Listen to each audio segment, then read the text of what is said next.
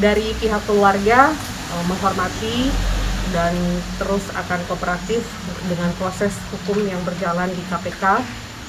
Dari pihak keluarga juga akan berupaya untuk mensupport dalam bentuk keterangan-keterangan apabila memang diminta, dan akan tetap bersikap kooperatif dengan proses hukum yang saat ini sedang berjalan atau yang dijalani oleh Bapak Nurdin Abdullah.